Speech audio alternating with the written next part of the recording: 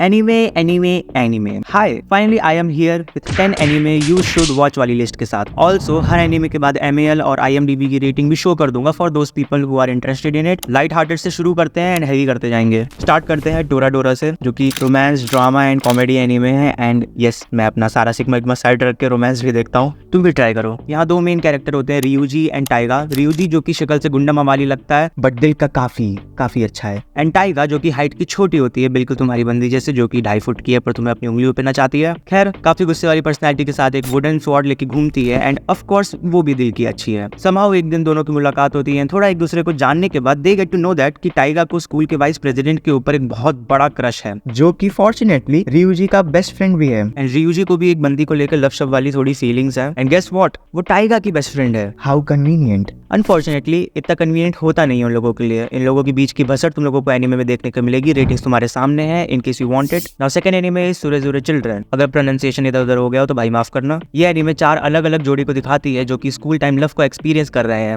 नए नए प्यार में आने वाले डिफरेंट सिनेरियोस को, वो छुप छुप के प्यार करना, थोड़ा शर्माना, सुंदर गर्ल्स को हैंडल करना, पहला किस, फर्स्ट टाइम एक लड़की को अपने घर में लाना पेरेंट्स के सामने। आई एम श्योर इंडिया में ऐसा नहीं होता होगा बट ठीक है, चलो मान लेते हैं। ऐसे ही कई सारे फर्स्ट मोमेंट को प्यारे, मजेदार, फन एंड कॉमेडी से भरे हुए छोटे छोटे 10 मिनट के एपिसोड्स में ये समेट के लेके आती है। This anime is one of those short, simple and sweet entertainment source जिसकी तुम्हें बहुत टाइम से तलाश थी। जाके देखो, मजा आएगा। खैर, स्कूल लव तो हर जगह ही मिलता है बट भाई ऑफिस वाला प्यार भी तो कोई चीज है ना। इसके लिए एक कमाल की एनीमे, वो था कोई love is hard for otaku. Anime की स्टार्टिंग होती है नारुमी से, जो कि अपने ऑफिस के फर्स्ट डे में लेट पहुंचती है। वहां उसकी मुलाकात होती है हिरोताका से, जो कि उसका चाइल्डहुड फ्रेंड और गेमिंग ओटाकू है। अब तुम सोचोगे एक रोमांस एनीमे है तो इतनी सोनी कुड़ी के साथ एक इंट्रोवर्ट गेमर टाइप का बंदा जम नहीं रहा, बट नहीं भाई, ये लड़की भी गेमर होती है। वो अपना ये सीक्रेट सबसे छुपाना चाहती है बट हिरोताका सबके सामने पूछ लेता है कि वो समर कॉमिकेट में जाने वाली है क्या, जहाँ पर मोस्टली ओटाकू जाते हैं। बंदी का भांडा फूट जाता है अपने कोवर्कर्स के सामने। ऑल्सो बंदी कंप्लेन कर रही होती है कि कैसे उसके लास्ट बॉयफ्रेंड ने उससे ब्रेकअप कर लिया क्योंकि उसको एक ओटाकू और याओई फैन गर्ल को डेट नहीं करना था।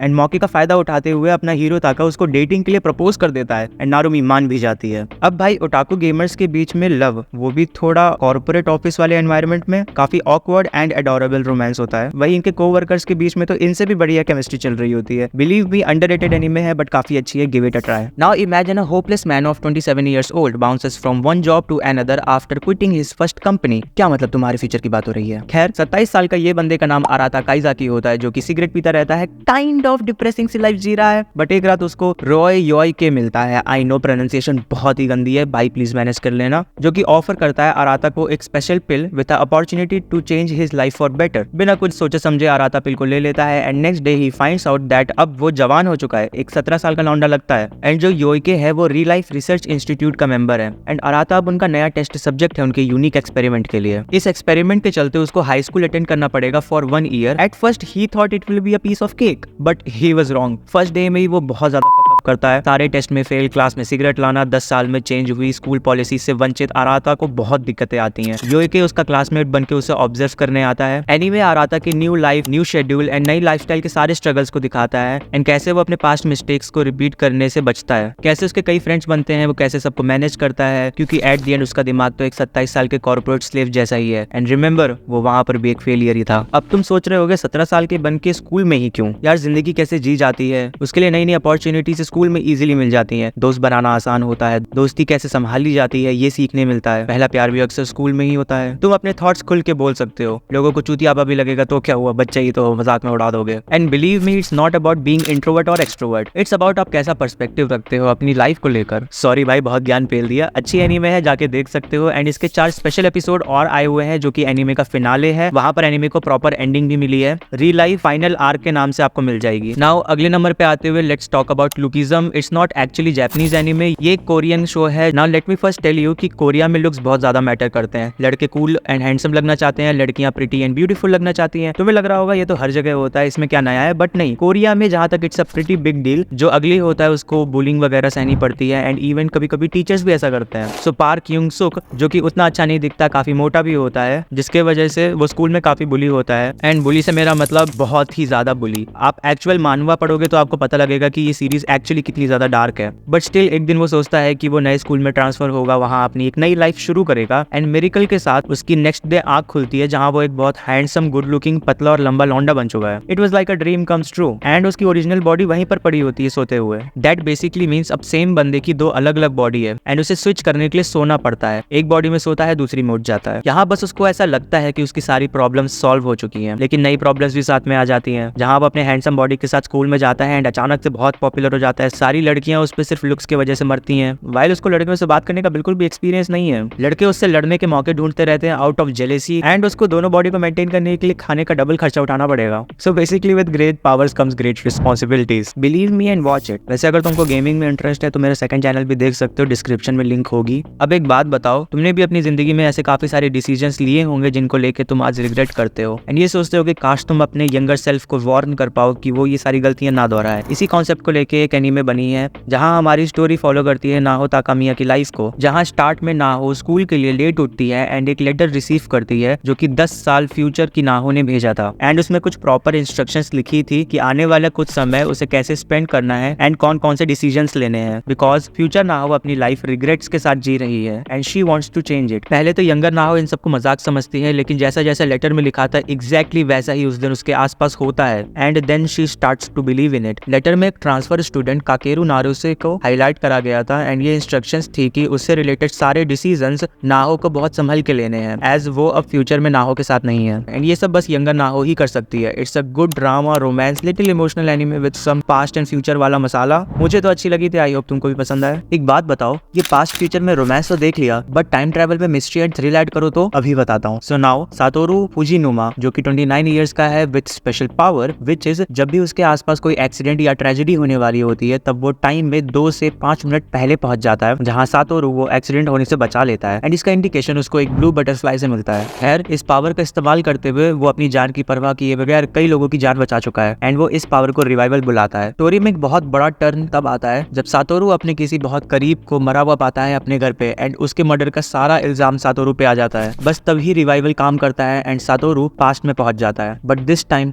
वो टाइम में सीधा 18 साल पीछे पहुंच जाता है, जहां सातोरू ये फिगर आउट करता है कि प्रेजेंट टाइम में जो मर्डर हुआ है वो शायद पास्ट में सातोरू की क्लासमेट कायो के अबडक्शन एंड मर्डर से रिलेटेड है and now this is his chance to change the future outcomes by saving Kayo's life. But खुद सोचो, एक 11 साल का स्कूल जाने वाला बच्चा ये सब कैसे करेगा? भले ही दिमाग 29 साल के इंसान का हो, बट एट द एंड है तो वो एक बच्चा ही ना। वो ये स्टोरी किसी को भी बताएगा तो लोग कहेंगे भग साले क्या कर रहा है। सो या आई मीन इंटरेस्टिंग एनीमे है, गिव इट अ ट्राई। अब आगे बढ़ते हुए द प्रॉमिस्ड नेवरलैंड की बात करता हूँ। शॉर्ट में बता दूं कि भाई क्या बवाल मस्त एनीमे है, सीधा बोलूंगा जाके देखो एंड सीजन 1 का क्लाइमेक्स तो बहुत ही बढ़िया है। Also BGM is one of my favourite which is Isabella lullaby. तो यहाँ हम बात करते हैं एक अनाथालय की, ग्रेसफील्ड हाउस, जो कि थोड़े दूर जाके फॉरेस्ट से गिरा हुआ है एंड इस अनाथालय में सबकी देखभाल करती है इजाबेला, जिनको सब प्यार से मामा बुलाते हैं। सब वहाँ बड़े खुश होते हैं एंड किसी को किसी भी तरह की रिस्ट्रिक्शंस नहीं होती सिवाय एक चीज के कि कोई भी फार्म से दूर नहीं जा सकता। एंड वहाँ एक और रूल ये होता है कि सबको रेगुलरली टेस्ट देना होगा एंड हर कुछ महीनों के बाद एक बच्चा अडॉप्ट होता है एंड अपनी नई फैमिली को सेंड कर दिया जाता है। नाउ अब हमारी स्टोरी 3 मेन कैरेक्टर्स के ऊपर फोकस करती है, रे, एमा एंड नॉर्मन। एंड एक दिन कॉनी नाम की बच्ची अडॉप्ट होकर अपनी नई फैमिली को भेजी जा रही थी एंड वो अपना टेडी भूल जाती है। नाउ स्पॉइलर वार्निंग, एमा नॉर्मन दोनों उस टेडी को वापस करने के लिए कॉनी के पास जाते हैं, बट वो बाहर निकलते ही कॉनी को ट्रक में मरा पाते हैं। ऑल्सो वो वहाँ कुछ डीमन जैसा भी देखते हैं। सो नाउ इस खुशहाल ऑर्फन सिस्टम का भांडा फूट चुका है इन दोनों के सामने एंड अब बस यही देखना होगा कि ये कैसे वहाँ से भागेंगे एंड मामा के सामने कैसे नॉर्मल एक्ट करेंगे कि उन्हें शक ना हो। एनीमे का सीजन 1 काफी अच्छा है, सस्पेंस एंड थ्रिल काफी सही से मेंटेन रहता है। इसका सेकंड सीजन भी आया हुआ है जिसको अंधा बैकलैश मिला था। आई मीन तुम दोनों सीजन के रेटिंग्स में डिफरेंस अपने आप ही देख सकते हो and I can understand season 1 से लोगों की अलग ही लेवल की एक्सपेक्टेशंस बन गई थी, इंक्लूडिंग मी। स्पॉइलर अवॉइड करने के लिए मैं ज्यादा तो नहीं बताऊंगा, बट सीजन 1 थ्रिल पे ज्यादा फोकस करता है वाइल सीजन 2 थोड़ा एडवेंचरस साइड पे निकल जाता है। As for me I am happy कि चलो ठीक है उन्होंने स्टोरी कंक्लूड तो कर दी। बाकी यस सीजन 1 तो बेटर है ही। सेकंड लास्ट पे आते हुए एक horror mystery anime named another and यार इसके बारे में मैं ज्यादा बता नहीं सकता क्योंकि इसकी स्टोरी में ही तो सब कुछ है। एंड यस एनीमे अच्छा टेंशन बिल्ड करके रखती है, कभी भी कोई भी मर सकता है, काफी अनप्रेडिक्टेबल था लास्ट का ट्विस्ट। थोड़ा सा आइडिया देने के लिए कोइची साकाकीबारा नाम का लड़का योमियामा टाउन शिफ्ट होता है टोक्यो से एंड एक बीमारी की वजह से वो क्लास 1 महीना लेट ज्वाइन करता है एंड स्टार्ट से ही वो मे मिसाकी नाम की लड़की जो अपनी एक आंख में आई पैच लगा के घूमती है उससे काफी अट्रैक्ट होता है एंड बार बार उससे बात करने की कोशिश करता है, जबकि मिसाकी उसे खुद बताती है कि उससे बात करना कोइची के लिए सही नहीं होगा एंड उसे ये सब बंद कर देना चाहिए। एंड कोइची कोएची जब भी मिसाकी के बारे में अपने क्लासमेट से पूछता है तो सब ऐसा बिहेव करते हैं कि मिसाकी नाम की कोई लड़की एग्जिस्ट ही नहीं करती। एंड ये सब बताते हुए उन सबके चेहरे पे एक डर दिखता है। कोएची सबकी बातों को नजरअंदाज करते हुए उससे दोस्ती करने में लगा रहता है एंड उसी के साथ टाउन में डिफरेंट ट्रेजेडीज होना शुरू हो जाती हैं। अब इससे ज्यादा नहीं बताऊंगा, मैं चाहता हूँ तुम सब कुछ फर्स्ट हैंड एक्सपीरियंस करो। सो नाउ लास्ट एनीमे आती है Elfen Lied and I am sure बहुत ही कम लोगों को इसके बारे में पता होगा। ऑल्सो मैं से बता दूं कि जब मैंने इसे देखा था आई वाज लाइक कि भाई क्या देख लिया मैंने, अलग सी ही एनीमे है, काफी ब्रूटल, गोर, वियर्ड एंड एक्सप्लिसिट एनीमे है। ऑल्सो इसका ओपनिंग सॉन्ग जो कि कई बार बीजीएम में भी बजता रहता है काफी सही है, अनसेटलिंग एंड एडिक्टिव। खैर स्टार्ट में हमको एक लूसी नाम की लड़की दिखाई जाती है जो कि एक स्पेशल ह्यूमन ब्रीड डिक्लोनियस की कैटेगरी में आती है। उसके सर में छोटे छोटे हॉर्न्स होते हैं एंड उसके पास इनविजिबल टेलीकिनेटिक हैंड्स भी होते हैं जो कि हद पावरफुल है एंड उसका यूज करते हुए वो किसी को भी मार सकती है भाई। एंड फर्स्ट एपिसोड में हमें दिखाया गया है कि लूसी को एक फैसिलिटी में कैद करके रखा गया है, बट मौका देख के वो वहां से भाग जाती है हद खूना खच्चर करते हुए, सबको जो